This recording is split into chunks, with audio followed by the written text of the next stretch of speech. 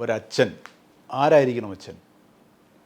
എനിക്ക് തോന്നുന്നത് ഒരു കുടുംബനാഥനാണ് എന്തായാലും അച്ഛൻ. ആ അച്ഛൻ്റെ കൈകളിലേക്ക് ഒത്തിരി വ്യക്തിത്വങ്ങൾ വന്നു ചേരും. മക്കളായിട്ടും ഭാര്യയായിട്ടുമൊക്കെ കുഞ്ഞുമക്കളായിട്ടൊക്കെ വരും. ആ അച്ഛൻ എന്ന് പറയുന്ന മനുഷ്യൻ ചെയ്യേണ്ടത് തൻ്റെ കൈകളിൽ ഏൽപ്പിക്കപ്പെട്ടിരിക്കുന്നവരുടെ ഇഷ്ടങ്ങളെ തിരിച്ചറിഞ്ഞ്, അവരുടെ കഴിവുകളെ തിരിച്ചറിഞ്ഞ്, അവർക്കെത്തേണ്ട വഴികളിലേക്ക് അവരെ എത്തിക്കുന്ന കടമയാണ് അച്ഛൻ ചെയ്യേണ്ടതെന്നാണ് എനിക്ക് തോന്നുന്നത്. പക്ഷെ നമ്മുടെ നാട്ടിൽ പലയിടത്തും നേരെ തിരിച്ചാണ് കാണുന്നത്. അച്ഛന്മാരുടെ ഇഷ്ടത്തിനനുസരിച്ച് തൻ്റെ മക്കളെ വഴിതിരിച്ചു വിടുന്ന അച്ഛന്മാർ ഒത്തിരിയുണ്ട്. ഡോക്ടറാകണം, നീ എൻജിനീയർ ആകണം എന്ന് നേരത്തെ തീരുമാനിച്ചു വയ്ക്കുകയാണ്.